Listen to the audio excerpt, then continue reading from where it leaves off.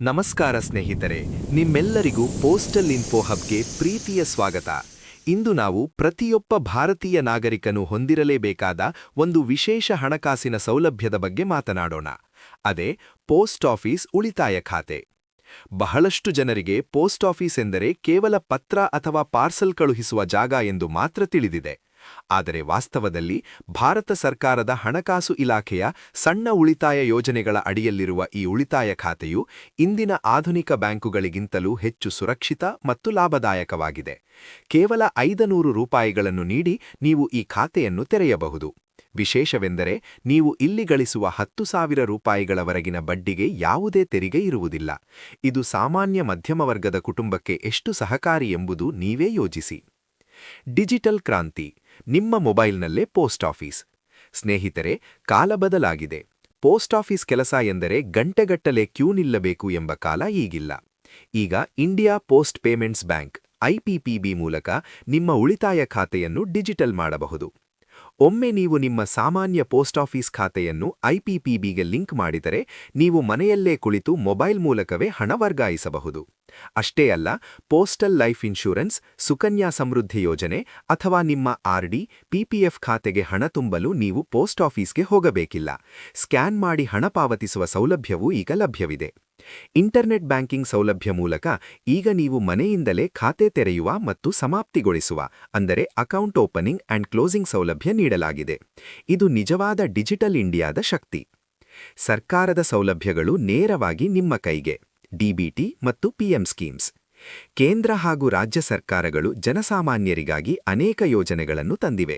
ಉದಾಹರಣೆಗೆ, gas subsidy ಇರಬಹುದು, ಕಿಸಾನ್ ಸಮ್ಮಾನ್ ನಿಧಿ ಇರಬಹುದು, ಅಥವಾ ವೃದ್ಧಾಪ್ಯ ವೇತನ, ವಿಧವಾ ವೇತನ, ವಿದ್ಯಾರ್ಥಿ ವೇತನ ಇರಬಹುದು. ಈ ಎಲ್ಲ ಹಣವು ಯಾವುದೇ ಮಧ್ಯವರ್ತಿಗಳ ಕಾಟವಿಲ್ಲದೆ ನೇರವಾಗಿ ನಿಮ್ಮ ಕೈ ಸೇರಬೇಕೆಂದರೆ ನಿಮ್ಮ ಪೋಸ್ಟ್ ಆಫೀಸ್ ಖಾತೆಗೆ ಆಧಾರ್ ಮ್ಯಾಪಿಂಗ್ ಮಾಡಿಸುವುದು ಬಹಳ ಮುಖ್ಯ. ಇದರ ಜೊತೆಗೆ ವರ್ಷಕ್ಕೆ ಕೇವಲ 20 ರೂಪಾಯಿ ನೀಡಿ ನೀವು ಪ್ರಧಾನಮಂತ್ರಿ ಸುರಕ್ಷಾ ಬಿಮಾ ಯೋಜನೆಯಡಿ 2 ಲಕ್ಷದ ಅಪಘಾತ ವಿಮೆ ಪಡೆಯಬಹುದು. ವರ್ಷಕ್ಕೆ ಕೇವಲ 436 ರೂಪಾಯಿ ನೀಡಿ ನೀವು ಪ್ರಧಾನಮಂತ್ರಿ ಜೀವನ್ ಜ್ಯೋತಿ ಬಿಮಾ ಯೋಜನೆಯಡಿ 2 ಲಕ್ಷದ ಜೀವ ವಿಮೆ ಪಡೆಯಬಹುದು. ಹಾಗೆಯೇ ನೀವು ಆದಾಯ ತೆರಿಗೆ ಪಾವತಿದಾರರು ಅಲ್ಲದಿದ್ದರೆ ಅಟಲ್ ಪೆನ್ಷನ್ ಯೋಜನೆಯ ಮೂಲಕ ನಿಮ್ಮ ನಿವೃತ್ತಿ ಜೀವನಕ್ಕೆ ಈಗಿನಿಂದಲೇ ಪಿಂಚಣಿ ಸೌಲಭ್ಯವನ್ನು ಈ ಖಾತೆಯ ಮೂಲಕವೇ ಪಡೆದುಕೊಳ್ಳಬಹುದು. ಇನ್ನು ನಿಮ್ಮ ಮಕ್ಕಳ ಸ್ಕಾಲರ್ಶಿಪ್ ಪಡೆದುಕೊಳ್ಳಲು ಅಂಚೆ ಉಳಿತಾಯ ಖಾತೆಗಿಂತ ಮತ್ತೊಂದು ಆಯ್ಕೆ ಇಲ್ಲ. ಯಾಕೆಂದರೆ ಶಾಲೆ ಮುಖಾಂತರ ಸ್ಕಾಲರ್ಶಿಪ್ ಅಕೌಂಟ್ ಮಾಡಿದಲ್ಲಿ ಕನಿಷ್ಠ ಮೊತ್ತ ಇಡಬೇಕಾಗಿಲ್ಲ. ಝೀರೋ ಬ್ಯಾಲೆನ್ಸ್ ಮೂಲಕ ಖಾತೆ ನಿರ್ವಹಿಸಬಹುದು. ಮತ್ತು ಪೋಸ್ಟ್ ಆಫೀಸ್ ಪ್ರತಿಯೊಂದು ಹಳ್ಳಿಯಲ್ಲೂ ಇರುವುದರಿಂದ ನೀವು ದೂರದ ಶಹರ ಅಥವಾ ನಗರಕ್ಕೆ ಹೋಗುವ ಪ್ರಮೇಯವಿಲ್ಲ. ನಿಮ್ಮ ಹತ್ತಿರದ ಅಂಚೆ ಕಚೇರಿಗೆ ಭೇಟಿ ನೀಡಿದರೆ ಸಾಕು, ನಿಮ್ಮ ಕೆಲಸ ಸುಲಭವಾಗುತ್ತದೆ. ಹಣ ಮತ್ತು ಸಮಯದ ಉಳಿತಾಯ ಕೂಡ. ಆದ್ದರಿಂದ ಅಂಚೆ ಉಳಿತಾಯ ಖಾತೆ ಕೇವಲ ಉಳಿತಾಯವಲ್ಲ, ನಿಮ್ಮ ಕುಟುಂಬಕ್ಕೆ ಒಂದು ಭದ್ರತಾ ಕವಚ, ಭರವಸೆಯ ಗೂಡು, ಆಪ್ತಮಿತ್ರ ಕೂಡ ಹೌದು. ಇನ್ನು ನಿವೃತ್ತಿ ಹೊಂದಿದ ಹಿರಿಯ ನಾಗರಿಕರಿಗೆ ಪೋಸ್ಟ್ ಆಫೀಸ್ ಒಂದು ವರದಾನವಿದ್ದಂತೆ.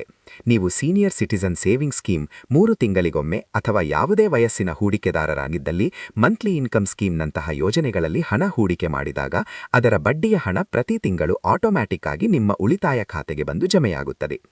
ಇನ್ನು ನಿಮ್ಮ RD, TD, PPF, MIS ಮೊದಲಾದ ಖಾತೆಗಳನ್ನು ಅವಧಿಪೂರ್ಣ ಅಥವಾ ಅವಧಿಪೂರ್ವ ಮುಕ್ತಾಯಗೊಳಿಸಿದಾಗ 20,000 ರೂಪಾಯಿಗಿಂತ ಹೆಚ್ಚು ಮೊತ್ತ ಇದ್ದರೆ ಈ ಉಳಿತಾಯ ಖಾತೆಗೆ ಹಣ ವರ್ಗಾವಣೆ ಮಾಡಲಾಗುತ್ತದೆ. ನೀವು ಎಲ್ಲೇ ಇದ್ದರೂ ಯಾವುದೇ ಬ್ಯಾಂಕ್ನ ATMನಿಂದ ಆ ಹಣವನ್ನು ವಿತ್ಡ್ರಾ ಮಾಡಬಹುದು. ನಿಮಗೆ ಚೆಕ್ಬುಕ್ ಬೇಕೇ, ಇಂಟರ್ನೆಟ್ ಬ್ಯಾಂಕಿಂಗ್ ಬೇಕೇ, ಎಲ್ಲವೂ ಈಗ ಪೋಸ್ಟ್ ಆಫೀಸ್ನಲ್ಲಿ ಲಭ್ಯವಿದೆ. ನೀವು ಭಾರತದ ಯಾವುದೇ ಮೂಲೆಗೆ ಹೋದರೂ ಈ ಸೌಲಭ್ಯಗಳು ನಿಮಗೆ ಅನ್ವಯಿಸುತ್ತವೆ. ಹಾಗಾಗಿ ಇಂದೇ ನಿಮ್ಮ ಹತ್ತಿರದ ಪೋಸ್ಟ್ ಆಫೀಸ್ಗೆ ಭೇಟಿ ನೀಡಿ ಈ ಅದ್ಭುತ ಲೋಕದ ಭಾಗವಾಗಿ. ಇಂದೇ ನಿಮ್ಮ ಹತ್ತಿರದ ಅಂಚೆ ಕಚೇರಿಯಲ್ಲಿ ಪೋಸ್ಟ್ ಆಫೀಸ್ ಉಳಿತಾಯ ಖಾತೆ ತೆರೆಯಿರಿ. ಈ ಖಾತೆಯನ್ನು ವೈಯಕ್ತಿಕವಾಗಿ ಅಥವಾ ಜಂಟಿಯಾಗಿ ನಿರ್ವಹಿಸಬಹುದು. ಅಪ್ರಾಪ್ತ ಅಂದರೆ ಮಕ್ಕಳ ಹೆಸರಿನಲ್ಲೂ ಖಾತೆ ತೆರೆಯುವ ಸೌಲಭ್ಯ ಇದೆ. ಇದಕ್ಕೆ ನಿಮ್ಮ Aadhaar card, PAN card, xerox ಪ್ರತಿಗಳು ಹಾಗೂ 2 ಫೋಟೋ ತೆಗೆದುಕೊಂಡು ಹೋಗಲು ಮರೆಯದಿರಿ.